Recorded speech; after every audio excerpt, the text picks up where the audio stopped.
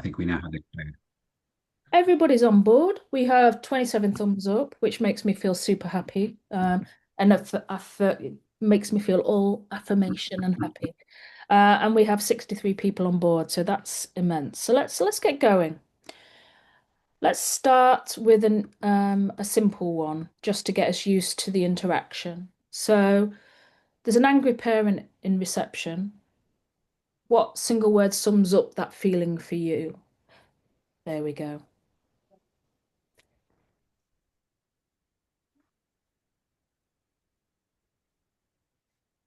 Anxious is indeed the word because it could go anywhere, couldn't it? That's the thing. And concern as well because we wanna there is a young person behind whatever that parent is coming with, right? And so we need to make sure that we're doing our best in that situation. There is a good deal of dread. I remember that feeling well. And we do need support in this situation. There is a word there that I'm going to come back to again and again, which I love is there, which is empathy. I am so glad that word appears, and we'll talk a little bit more about that soon. So we get the feeling this is an emotive topic. Parent complaints have been on the rise, and it's having an effect on our abilities to do the job. And for some people, it's having an effect on their willingness to stay in the profession, and that so therefore there is a real challenge that comes along with that. So let's drop in to a different, let's scorecard this. Let's think about where we are in our schools and our situations and see if we can't get a sense of where we are. So parent complaints are on the rise across my parent community. Do you strongly agree with that or do you strongly disagree? Parent complaints are harder to resolve across my parent community. Parent complaints are stronger, more aggressive and destructive than they were before. Parent complaints are handled well by my team and they hold the right skills to deal with them. Parent complaints are well documented, visible, and effective in their procedure. So let's see where we are across our group. And remember, part of what this is all about is for us to understand that this is a situation that doesn't just live in one school. It's not just a single person's difficulty. This is a challenge that's faced across a sector. I'm really impressed with the honesty here, and in some respects, not at all um,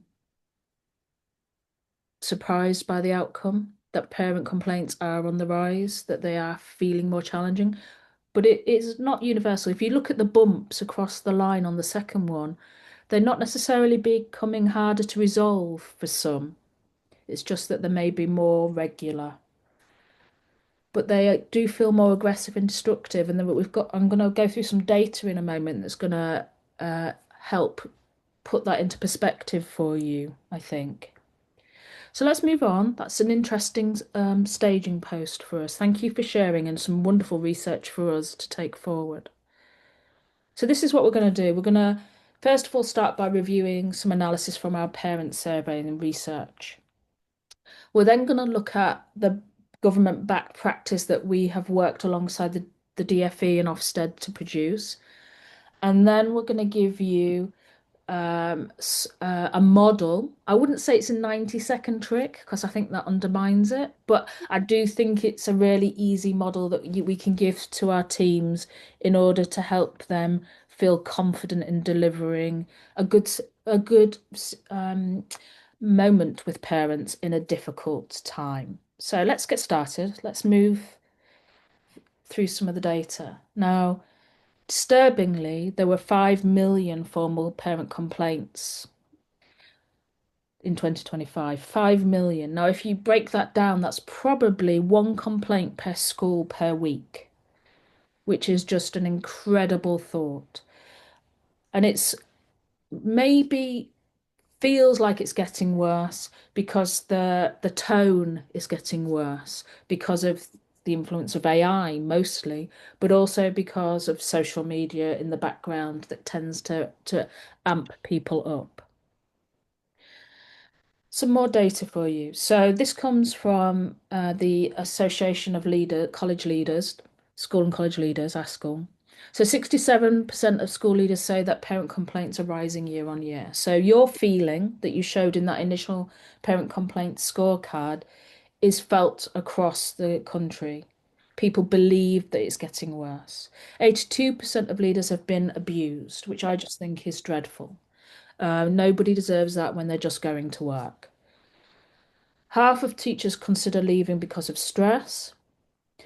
A fifth of school leaders have banned someone from the school grounds. Now, I've left the 15,000 data point until last because Ofsted themselves received 15,000. Well, it's about 14,700 complaints last year. They actioned 16% of those, but only 1% led to an inspection. Now, you can read that in two ways.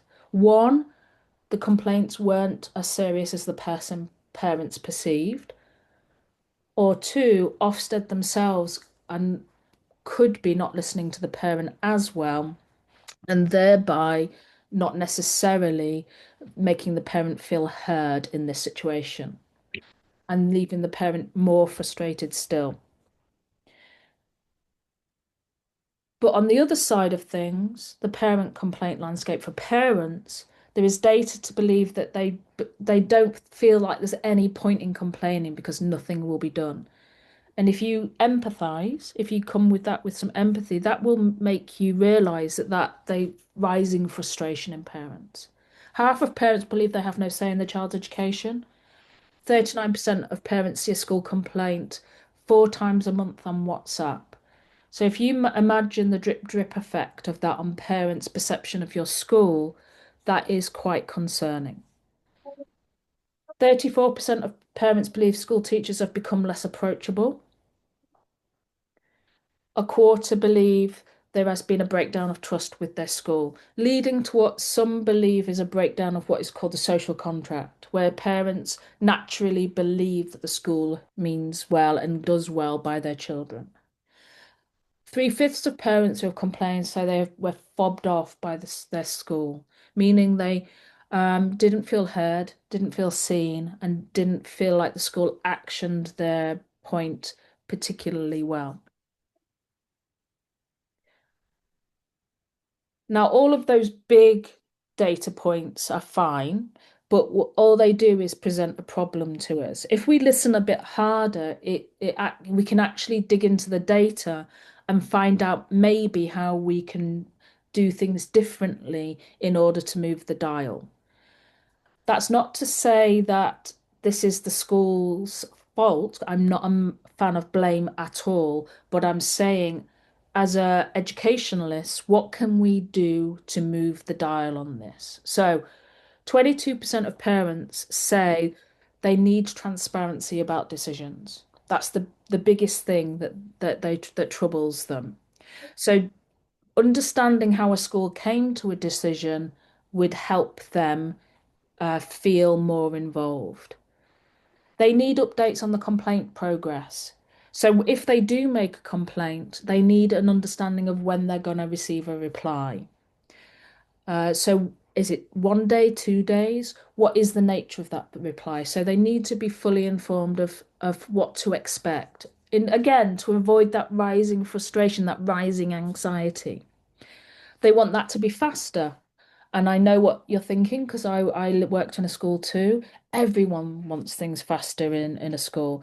But the longer you leave that parent with their anxiety and their frustration, the more likely it is to escalate, as we know.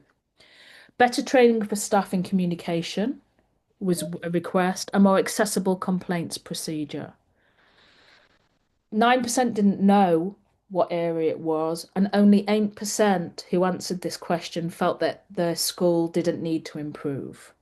So there's quite a lot there that we can unpick that can really help us understand how to move the dial in terms of parent complaints within our schools. And this is the sort of data we used in order to inform our work with the DFE and Ofsted. If we dig into it deeper, you can see here that what this shows is they're more likely to go to the class teacher first, but then to formal complaint quite quickly afterwards. But the line that worries me most, or lines that worry me most as a teacher, is how quickly they go to speak to other parents and how quickly they go to social media in order to raise their concerns. Because when you are talking to other parents, there's a chance that they can to raise each other's temperatures, and it's much better that school is the most approachable place to go in the first instance. But here's some truth behind why it might be that they don't come to schools first and with a query rather than a complaint. It's because 87% of parents claim not to know how to make a complaint to their schools. So the simple act of knowing how to do that could resolve things. More importantly, 95% of teachers have never been trained how to handle a parent complaint. Now, when I was 23 and started teaching, if you can imagine, I was once 23, I was given a year 10 bottom set English group because that's what you did to NQTs back in the 1990s, is you gave them a really challenging group of year 10 boys to deal with. And that was my first parents' evening. I was 23 trying to tell these parents all about their children and was so ill-equipped to deliver that message to them. It was, I can only but call it carnage. You can imagine. So having that training and having on how to speak to the parent about this, their children could actually make a significant difference.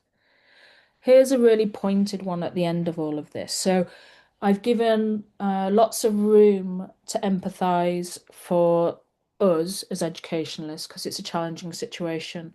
But I wonder if you could give a single word to sum up what has driven a parent to complain to the school. What is the word that comes out at this point?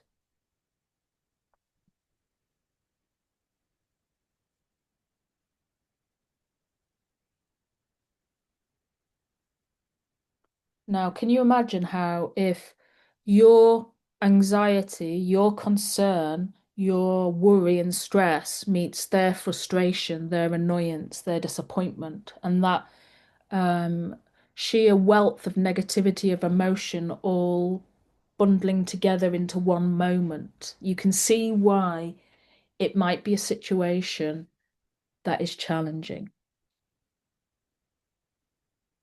Entitlement's an interesting word because it's not a rosy picture of parents. There is a degree where they expect a private school education from a public school system. I've been there, so I see that.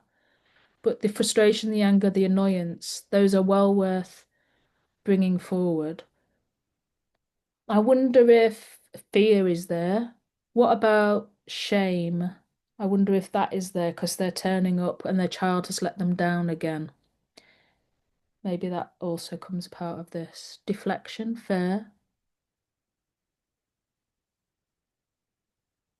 It's an interesting bunch of words, and those bigger words show that the parent is turning up in a negative space with a negative feeling, but it's because of their child that's at the center of this. And I want to remind us all of, because I'm not a parent like Frank. Um, I chose Labradors because they're easier to control, but the reptilian brain is so powerful when it comes to our youngsters that it makes us fight or flight. It makes us freeze. So we might not turn up in our best mode when we are accessing those reptilian brains inside us. Not that I'm calling parents reptiles. I would never do that, obviously. Let's move on. So let's get to number two on this journey that I'm taking you on. And this is something that I'm really proud of and really proud of Kaylin for being a part of too, which is the work that we've done with government in order to support schools and support parents with this. And the philosophy we have is that the uh, charity Parent Kind stands in between two sides. So we're called Parent Kind, yes, but our mission is to help parents work better with schools for the outcomes of children. So it's not about siding with anyone. It's about looking towards the parents and saying, "Have you thought about doing this?" And then looking towards the school and saying, "Have you thought about doing this?" In a bid to make that partnership stronger because the potential for young people is so great. There is the opportunity for 4 months additional progress every academic year. That's 3 years over 11. That's the difference between being not in education and employment and training and being a candidate for Oxbridge. That's the difference we're making by bringing that partnership closer together, and that's all that matters. So we went about working with government in order to pull together and the parent voice, but also to represent our school network that's growing. We now have 700 schools within the parent-friendly school network who we're supporting in this process. So we want to represent both, and we approached the DFE in order to do that and worked alongside Ofsted to do that and a dozen or more unions. You can imagine how challenging it was to get all of these people to agree on one final document, but we did it. And it was insane that they would put their names to it because it's such an important piece of work that all of these groups come together to make sure that there is a solution. Now, there is a parent guide which I will share with you at the end of this, along with the recording of this webinar. And what the parent guide seeks to do is to help the parent better understand how to complain or how to approach the school. So the premise is that we start with is that the parent doesn't always have to complain to get the school's attention. So I'll repeat that. The parent doesn't always have to shout at you in order to get the outcome that they want. That's our message. The parent can ask just a polite question and get a polite response. It might be that what they're coming to you with is a query in the first instance. They're coming to you with feedback in the first instance. They do not have to immediately escalate this in their minds to the level of complaint, because what that does is bring along a whole host of emotion with it. So we ask them, what kind of issue is it? Is it a feedback that you want? Is it a query? Are you just asking a question, or are you genuinely making a complaint? Then the second thing we do, because immediately what they decide is that the head teacher is the best person to solve this issue, is they go to the top, which I know is a wave two in any school's complaint policy. Wave one is staff members, and if they can't handle it, it should go to the head. Parents want to just leap onto wave two, which causes us all sorts of problems. So what we advise them to do is find the person within the school who would be best placed to address their query or concern or feedback or complaint. And we give them advice on that, and that's all laid out in this booklet. My feeling from working with schools, with parent-friendly schools, is schools also need to be transparent who that single point of contact could be. Primary schools do better on our accreditation because they have the class teacher and the parent knows to go to the class teacher. Secondary schools struggle a little bit more because that single point of contact feels like it disappears, but maybe it could be the form tutor. Maybe it could be a family liaison officer, but giving the parent a clear point of contact from our side is also a good idea. Then we give advice on how to raise the complaint. Things like don't use social media, please. Please don't use social media. Please frame it in a polite way. Please don't use AI because AI will give you legalese. That means the school has to bring lawyers in now. So there's all sorts of ideas there about how to do that in a way that supports the school in giving them the response that they want. And then it's only then we talk to them about the next two stages, is what to do if you don't get the response you want and how to escalate that effectively and in a graduated way that means it doesn't get out of control. And then we talk about how it goes wrong and asks them not and gives them guidance on why that makes things go wrong. And then supporting a formal complaint. So basically, this guidance is available to all schools and it's available on our website for you to hand out to all your schools. And at each point, we encourage them to go to your school complaints policy. My advice about your complaint policy is write it in plain English. Then what we thought is because we stand in the middle and we look both ways, we wished to give could I ask people to go on mute, please? I don't know, I am. Now we've come back. I think I've got an affinity with the air.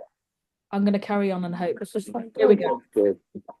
So the school guide is the guide for We haven't you. even done this year for the summer holiday, so not Penny, could you go on mute for me, please?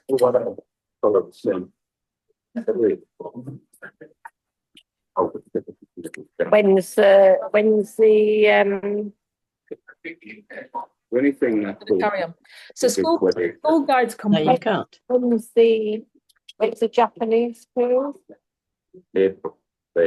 I can't get her to go on mute. I'm just going to carry on. So the school guide looks the other way. So it looks towards you and about how you can be better in receiving that complaint and processing that complaint. And it's about being ready to receive them in a way that is positive. When's that? So that's April. And part of that is the Clare model. And see if I What time in April? End of. please excuse me a moment while I try and sort this out. We might.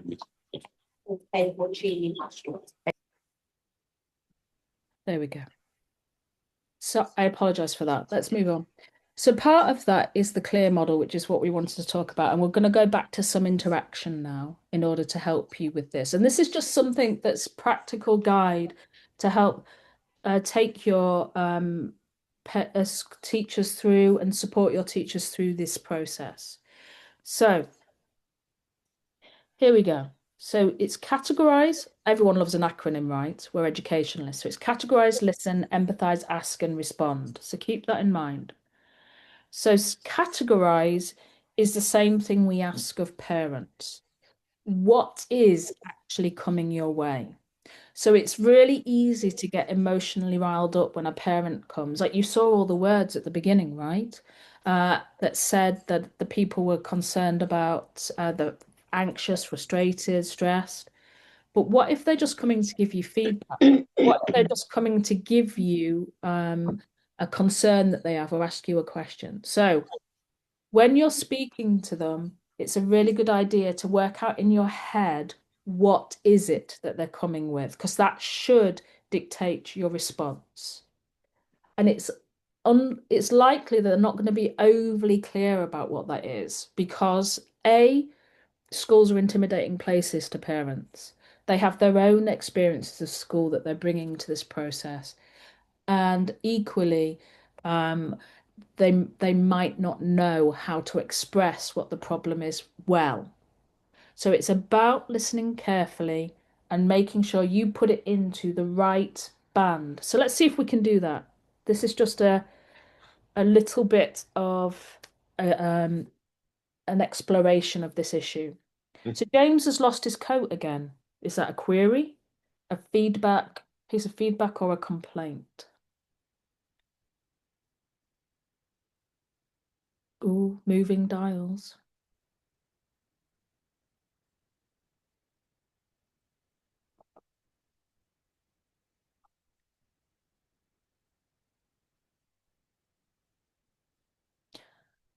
I met many Jameses. They seem to have a complete, unuttered ability to keep control of their coats. Wow. This is interesting, isn't it? Because it could be any, there is no right answer, by the way, annoyingly. I bet you're all seething now because you wanted there to be a right answer. But there isn't because it depends on how I say it to you. Do I say to you, James has lost his coat again, which feels very much like a query and asking you to help them find the coat? James has lost his coat again feels much more like a complaint. The fact that it's now your problem that James can't keep hold of his coat. So it's all about how these phrases are said. But on the surface, it does feel much more query than complaint. They're not yet saying it's your fault, which is good news, but there is it could be implied in the tone. So we always have to look at that subtext. Next one. Ellie constantly gets detentions and I don't know why. Bloomin' Ellie always gets those detentions.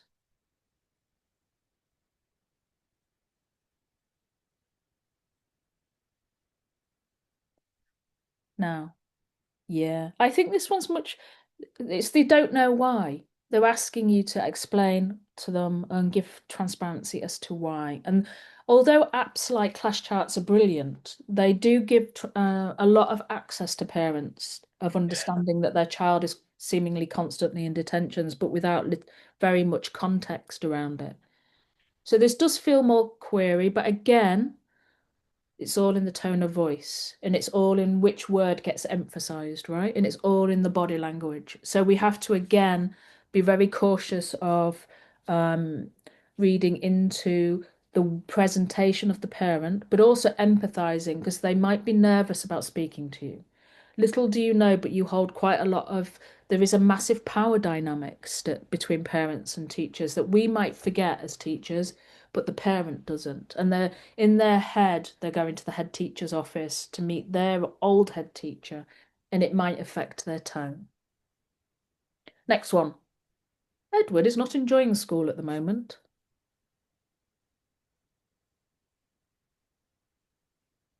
This one does feel a little bit more clear cut.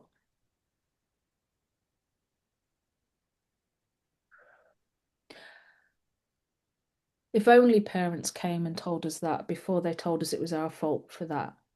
And I would embrace a parent that sent me an email. As a form tutor, I would have been glad of receiving that comment from the parent because what it helps me do is cast a glance over at Edward and think, what is it that's going on that means he's going home unhappy? Because what's coded behind that phrase is probably a lot of upset in the home on a night time, a lot of reluctance in a morning to come into school. The parent is having to spend a lot of emotional capital to get that child into the school building, and they're wanting us to know that. So this is not a threat. This is most definitely an opportunity in order to support that parent. But it still requires us to give that parent a response and thank them for that feedback, I think. This is the sort of parent that scares me, I have to say. Olivia is highly triggered in science and keeps having meltdowns at home. And it's the idea of the words highly triggered that frightens me because this is a well-informed parent. And that's what we don't always recognize is that parents are experts in their children, but have also probably widely read around some of the issues that are affecting their children. So this parent could have recognized that their child has probably got some form of need that is not being met and wants the school to know, potentially. But there is an emotiveness to the language here that's well worth listening into. Having meltdowns at home suggests that parent has had some real struggles recently. So it might be worth taking this one a little bit more seriously than the previous feedback.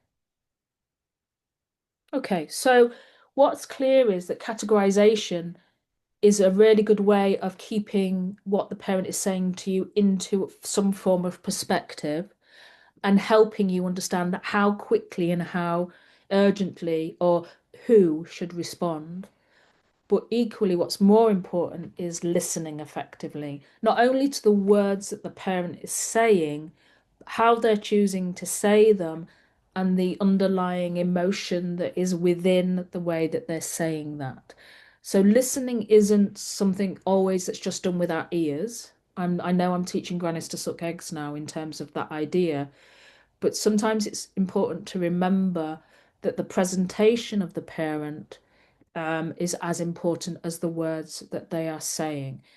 And asking the right questions in order to elicit better listening is going to help you form a better judgment on why they are there.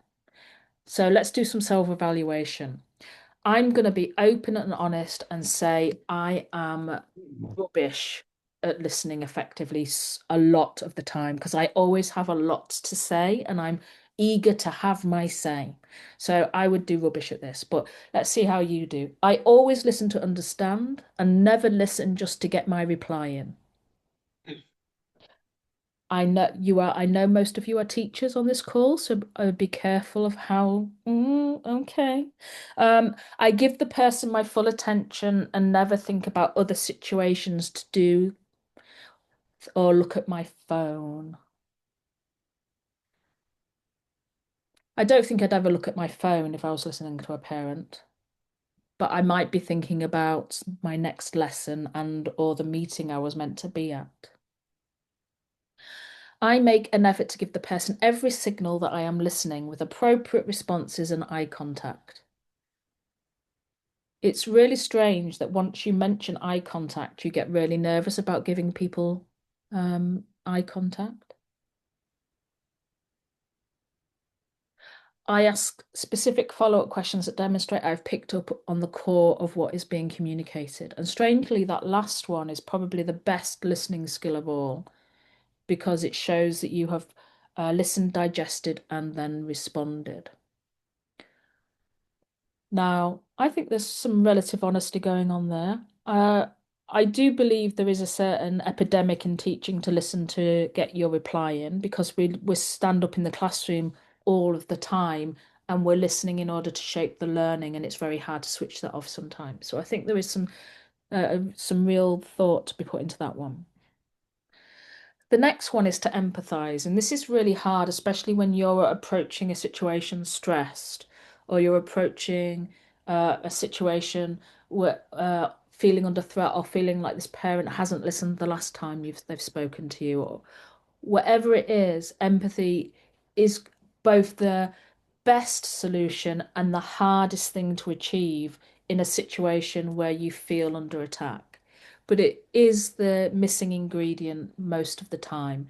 Because if we can see that this matters to them and they want it to matter to us, and they're not there just to make us miserable, they're there in order to make a difference for their child, it actually helps us too, because what it means is that we're not taking it personally.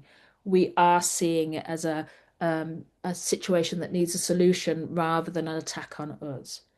So empathy requires us to validate the emotions, and it's really careful to it's better to do that very carefully than not. So I hear how you feel of the parents have felt and found that is a wonderfully validating phrase. Because what it says is, I get what you're saying and I've heard it before. Don't feel like you're alone. Let's see if we can do something about it. And equally, saying if you'd heard that from your child, you'd feel the same way, again, gives that validation. It's about allowing them to feel like they're not going to get into a conflict with you because you do see that they're coming with the best of intention for their child. Now, let's see if empathy is here. So a child says they feel scared to go to school. If you're a parent, how does would that make you feel? Your child in a morning doesn't want to go to school because they're feeling scared. How does that make you feel?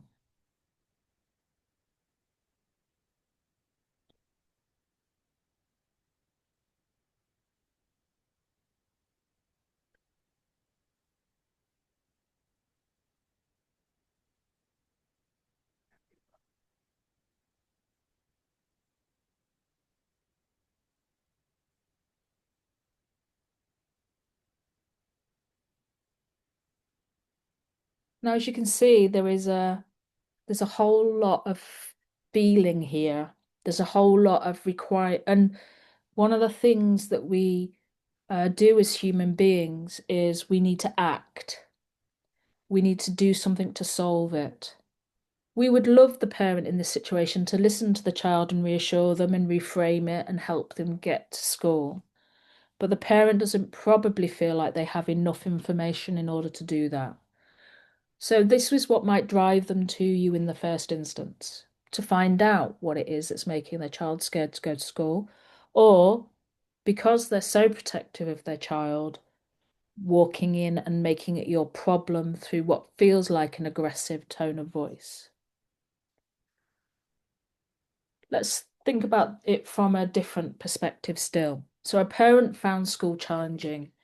How do they feel when they are contacting the school now? So intergenerational issues.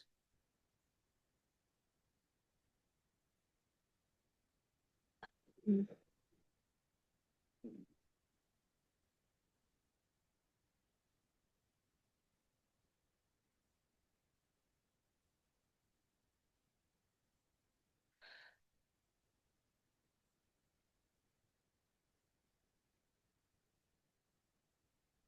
That's an interesting one. Stereotypes. The presumption that this parent is going to be trouble as soon as they walk in the door. They might feel that. That is actually quite an interesting one that I'd not thought of before. And like they did when they were a child. I genuinely believe that our inner child is strong in us. Not to sound too much like Yoda, but I don't think we grow up that much at all. And we put on a pretense of adulthood, but most of our decisions are led by our inner child, which means that a lot of the time we are triggered in this situation. I walk into a school now, and I was a teacher for 20 years, and I walk into a school now having been out of a school for a while, and I feel a knot of anxiety in that situation. It's a very strange feeling having been so confident in schools before, but it gives me a little bit of empathy for parents who are approaching that desk and being taken into an office in order to talk about these situations. So empathy when approaching that parent, when they appear at the front of school to speak to you, helps you realize that you're not approaching somebody who is like a villain in a story. That it's not, we don't live a fairy tale where uh, the school is the evil queen and this is the big bad wolf that's approaching the school. There are two humans involved with very stark emotions. And then you ask, now, I'm not going to lie, Kaylin and I have a difference of opinion here, and I'll allow you to decide which you like the better. So, option one is the Kaylin option, which is you ask a question that elicits a yes no answer. And the reason for doing that is to get agreement on the next action that you are offering. And the yes that they give you is a contract between you and them because you've asked them, is this will this work for you? And they've said, yes, that will work for us. So everyone goes away with that sense that, yeah, we've come to almost like a contractual agreement, but verbally, that is the action to take. My preference is the language of choice because I was a teacher. The language of choice says, I'm going to give you two options. Both of those options are completely acceptable to me, but by allowing you those two options, I give you a sense of control over which direction we are going. So I'll let you choose which you like. The reason why I like the language of control is because of parents with this face that I have faced too many times. That parent that says, no, no, that's not what I want you to do. Now, if you take the yes no option and they come out with no and look at you like this, your only option is to go back to categorize and listen and empathize and then ask again. And when you are categorizing, you're probably going to go up a level now, especially with a man's face like that looking back at you. but the listening becomes much more focused. You're going to have to ask a lot more questions in order to get that idea out. And if you take Kalen's approach and you go back to categorize and you come towards ask, what you're doing is getting to a better question to ask, which they might say yes to. Now, the next one is respond. And I cannot tell you how important this is for the building of trust.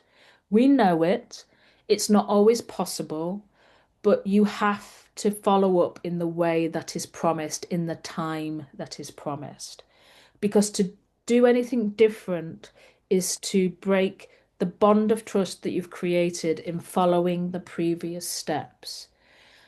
And timeliness is going to be your friend here.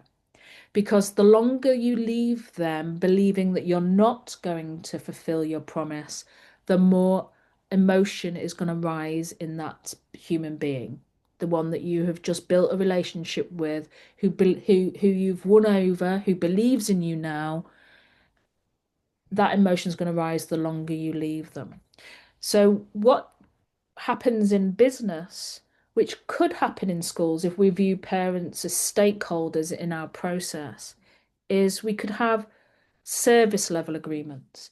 That is publicly agreeing or transparently agreeing with parents is if you contact us, we will reply in X amount of time.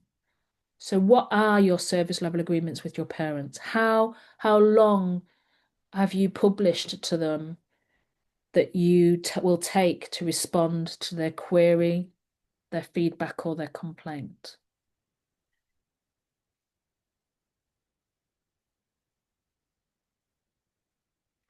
So 2 working days, 48 hours, similar. Presuming again that the weekend doesn't count.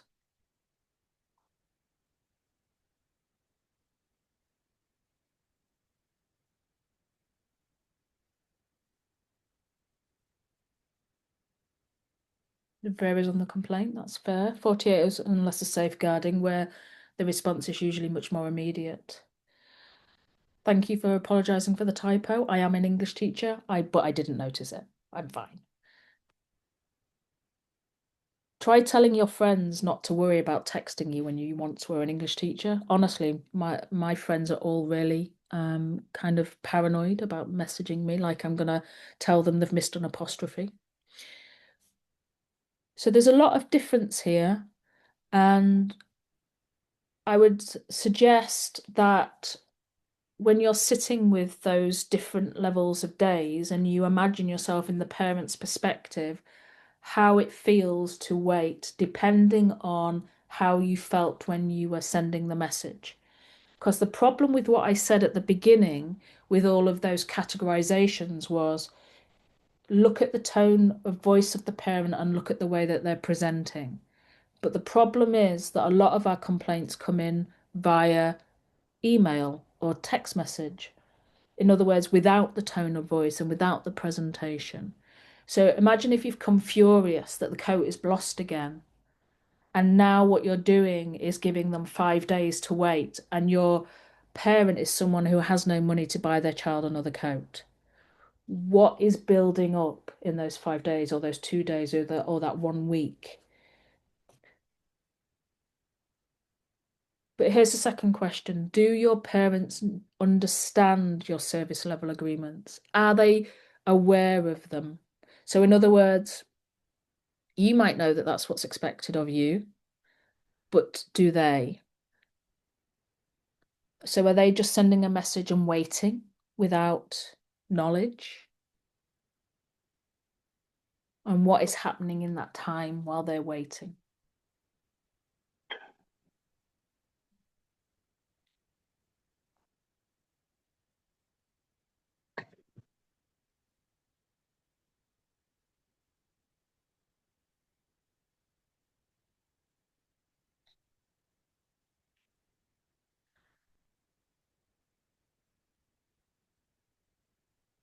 Now, I'm always fond at the end of webinars to have felt like I've gone away with one thing I can do really quickly in order to make a difference to the situation that brought me to a webinar like this. So I guess the implied meaning of this slide that's on your screen is giving parents transparent understanding of how you deal with the complaints or queries or feedback that comes in will stop the anxiety of the not knowing, will help them feel informed of the process so they won't be left wondering if it's ever going to be resolved. So just one simple act, and I've seen it on some people's, on some schools' signatures in their emails that they respond within 48 hours. That's one way of doing it. Having a very friendly video on your website that says, um, if you need to contact us, let us walk you through the process, and a much more personable approach. That could be another way of doing it. But something that takes away the mystery could stop those emotions escalating. So let me just summarize then. So categorize, what is the parent presenting?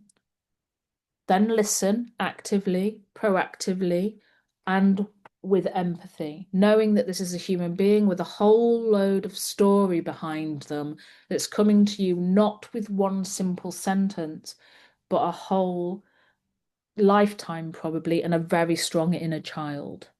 Then choose your ask. You can either use the language of choice, like you do, I'm sure, with children, where you give them two options, one that's completely unpalatable for them, one that is brilliant, or you can give them a yes, no, and then go back to the beginning if necessary, if that's not agreeable. But more, the most important step of all upon this is that respond, where the parent feels like you have listened and acted, and they feel like the partnership that they formed during that process has been realized and they can trust.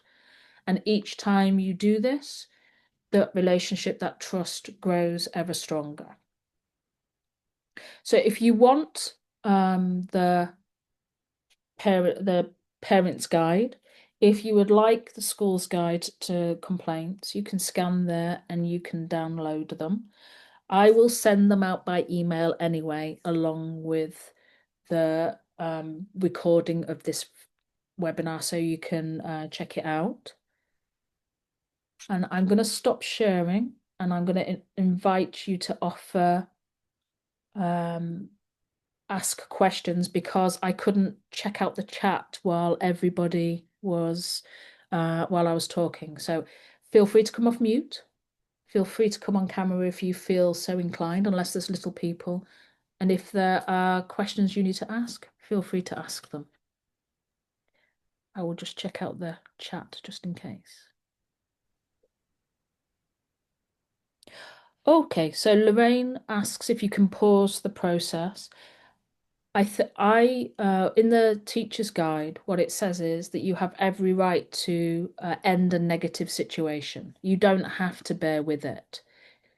There is, and in some respects, if there is huge emotion in that situation, it's a really good idea to say, I'm going to stop this conversation now. We can come back to it at X amount of time. And I know quite a lot of school policies have that um, within their um, within their policy, and I think rightly so. Persistent and vexatious complaint. I love the word vexatious. What a wonderful word. I'm gonna. I'm.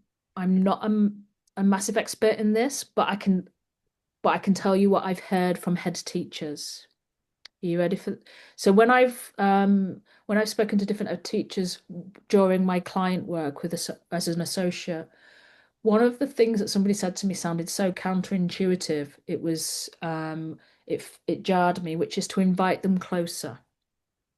So we have this habit of asking vexatious and persistent complainers to please stay away. But actually, what if we encourage them to come in closer and join our parent group, our forum group? You want to have a say? Brilliant. I'm so glad you want to have a say. Come in. Let's listen to it.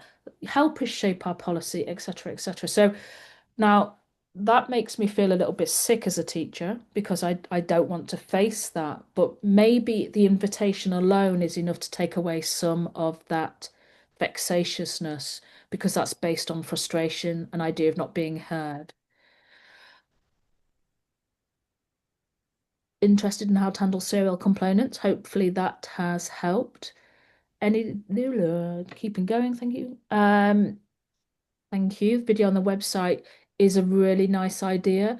Equally, one of the things that we hear a lot from our schools is that parents complain because of the not knowing how to use the apps that you use effectively.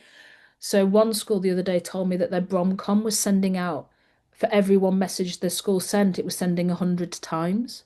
So parents were getting literally thousands of messages from the school, and they didn't know how to switch off the notifications or to change the notification setting.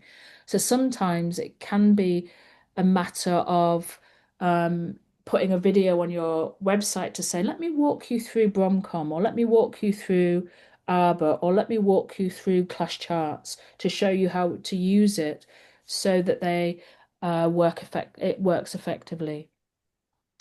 So how do you convince people who are time poor and just feel exhausted that this approach is worth the effort?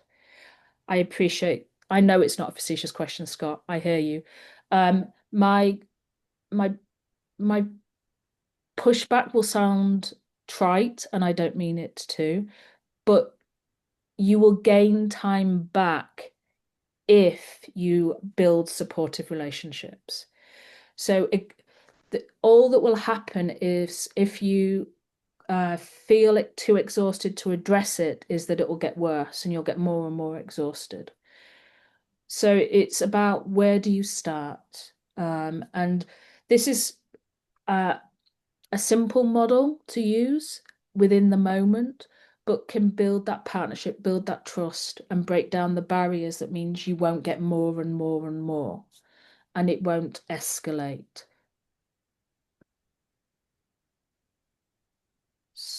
Penny was, oh, yeah, sorry, lots of mutes. We were on that. Yes, the slides will be shared afterwards, I promise, as will the recording. And my head is in front of the number. I didn't read that. Thank you for all of those that helped. So, is there anything else that anybody would like to ask in this moment? Oh, yes. We've had some serious complaints. I'm a clerk to Board of Trustees, and we had one person complain to 8 agencies. That would be Ofsted, D of E, the school, the local authority, the Teachers Regulation Agency, our accountants, and then there were 2 more. And the school reckoned that this was about 500 hours of people's time For sure. with lawyers. And the worst part about it is this serial complainant was actually a trustee. Wow. Yeah. I mean, there are outlier cases, and I would hope that's an outlier case. Yeah, I would hope. I Yeah. really, really would. And I don't have a massive lot of insight on other Yeah. than how bad did that human being feel in order Yeah, to do that. to do all of that. And it's because there must have been a buildup of such anger and Yeah. resentment. And I don't mean to belittle the upset and the cost that brought to the school, because that's unacceptable. But it is worthy of thinking what position that person found themselves in, that they needed to exert that much influence in order to make a difference or make a change. Mhm. And whether or not that parent them felt that by doing that they were driving momentum towards change rather than Yeah. blocking the system. And that's part of the reason why inviting them closer. I mean, they were a trustee, so they were as close as could be, but Mhm. inviting them closer in order to have that influence could Yeah. reduce the opportunity for them to feel powerless and so exert Yeah. a level of influence. Yeah. I think there were lessons learned. Don't get me wrong, but it was just frustrating. And on a personal level, I was worried that someone like the head or the deputy head would quit, because the amount of pressure people felt by this individual was palpable. It was awful, really. I mean, it's an extreme example, but I Yeah. think there are other smaller examples, such as when parents use ChatGPT in order to formulate the letter, and are maybe a little bit unaware that what they're placing within that is quite a lot of legalese that then Yeah. gives the parent a real Yeah. disquiet, the school a lot of work because they Yeah. now have to bring the lawyers in because of the nature of, and I just think Yeah. that's about information for parents. That's about helping them understand that if they do that, there is a consequence for the school. And again, that's about educating the parents and supporting the parents. And hopefully, our parent guide will help with that. Yeah. Well, it's Hopefully. nice to know that there's an organization like you out there and that other people are, experiencing similar challenges. And that's one of the reasons why we wanted to have this webinar, because it's such an emotional situation, right? Yeah, And what you don't definitely. want to believe is it's just your school or it's just Yeah.